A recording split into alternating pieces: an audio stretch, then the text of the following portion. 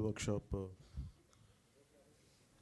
Jal Jeevan machines ఇంప్లిమెంటేషన్కి సంబంధించి ఈ state level వర్క్షాప్కి వచ్చేసిన 26 జిల్లాల నుంచి వచ్చిన సూపరింటెండెంట్ ఇంజనీర్స్కి, ఎగ్జిక్యూటివ్ ఇంజనీర్స్కి, అలాగే ఇక్కడికి వచ్చిన మీడియా సన్నిహితులకి నా హృదయపూర్వక నమస్కారాలు.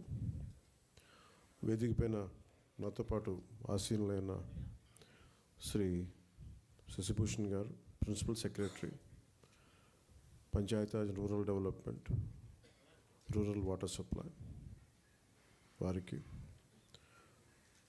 శ్రీ కృష్ణతేజ గారికి, commissioner Panchayati Raj and rural development, Sanjeev Reddy గారికి, engineer in chief rural water supply, Venkateswara Rao గారికి, engineer in chief water resources, అలాగే హరిప్రసాద్ గారికి, గౌరవ ఎమ్మెల్సీ, శాసనమండలి సభ్యులకి నా హృదయపూర్వక నమస్కారాలు. ఈ జల్ జీవన్ మిషన్ ఈ రోజున ఒక 2019 ఆగస్టులో ప్రారంభమైంది. 2024కి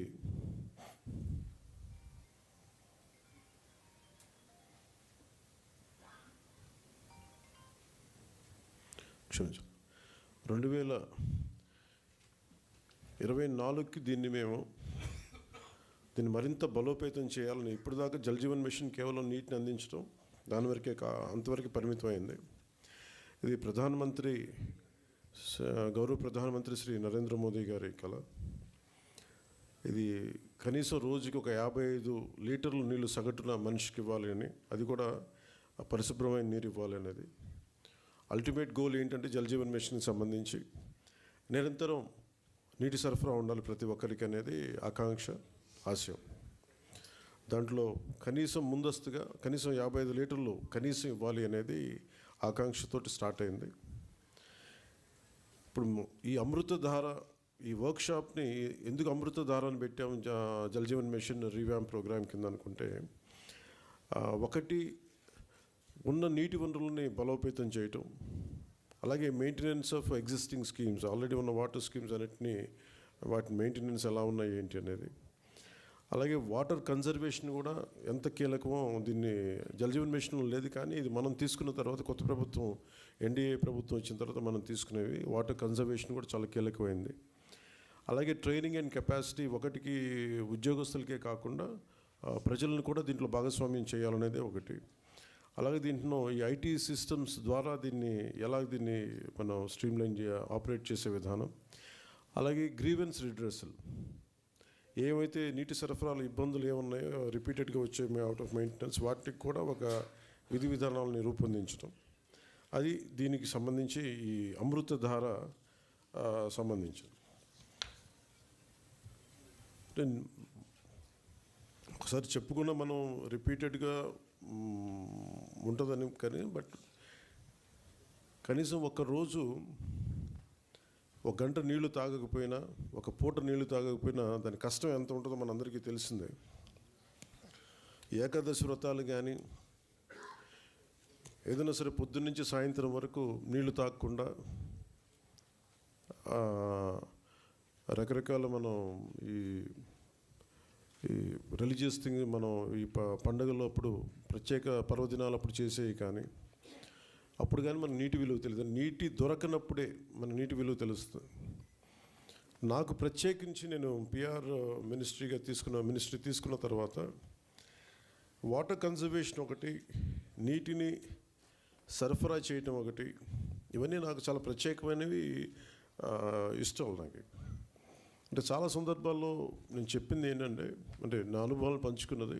ఒకసారి యూఎస్లో కూడా హార్వర్డ్ యూనివర్సిటీకి వెళ్ళినప్పుడు కూడా అక్కడ స్పీచ్ ఇస్తూ ఉంటే ఒక కీనోట్ అడ్రస్లో అక్కడ నేను చెప్పింది, ఒక ఆదిలాబాద్లో ఒక తాండాలో జరిగిన సంఘటన ఒకటి చెప్పాను.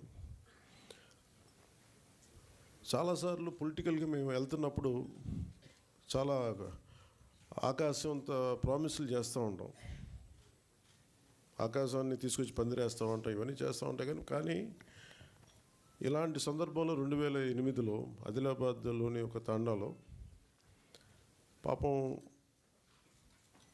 3-4 తాండాలకు కలిపి ఒకటే బోర్ పాయింట్ అది. అందరూ వచ్చి అక్కడి నుంచి పట్టుకునేవాళ్ళు. ఒక కళ్ళు లేని కనుగుడ్లు కూడా లేవు పెద్ద ఆవిడ. ఆవిడ వచ్చి అడిగింది, నా దగ్గరికి వచ్చి మరాఠీకి అంటే మరాఠీ యాక్సెంట్లో ఉన్న తెలుగులో ఆవిడ అడిగింది నన్ను నీళ్ళు ఇప్పించమని. ఇంకేం అడగల. అంటే నీరు ఎంత కీలకమైందంటే మనం ఒక భీష్మేకాదశి రోజున 24 గంటలు నీళ్లు తాకపోతే ఎంత దారుణంగా ఉండదో నిజంగా కష్టం పాటించే వాళ్ళకి తెలుసు, వ్రతాలు పాటించే వాళ్ళకి, కానీ దొరకని వాళ్ళకి.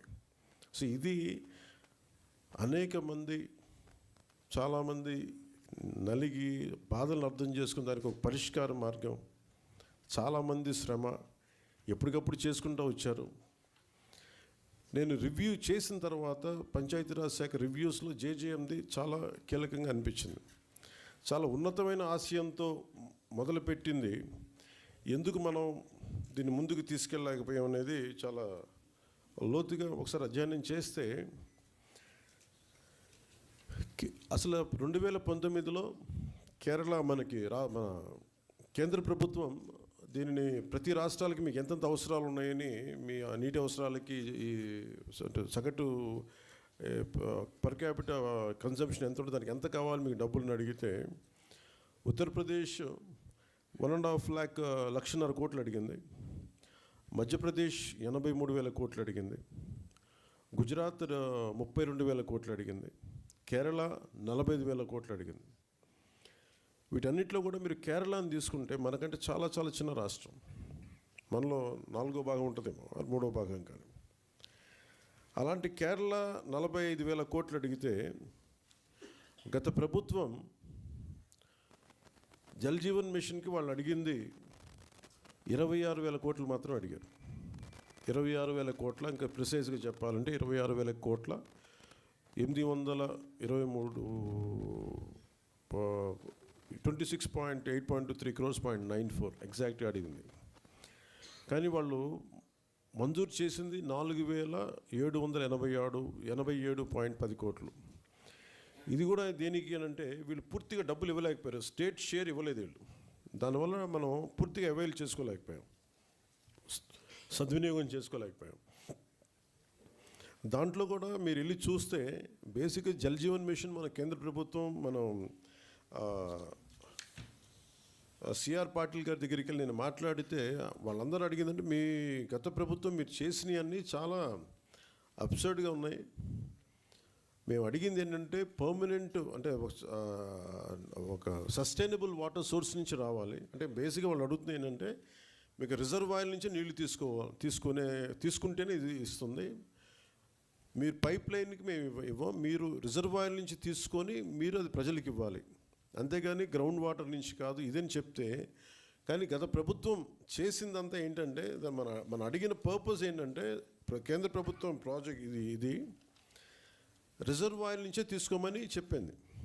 కానీ గత ప్రభుత్వం ఈ 4,000 కోట్లకు కూడా, ఎందుకంటే మనం కొత్త ప్రభుత్వం వచ్చాక దాదాపు 700 కోట్లు మనం తీసుకున్నాం, మనం చేసిన మనం తీసుకున్నది.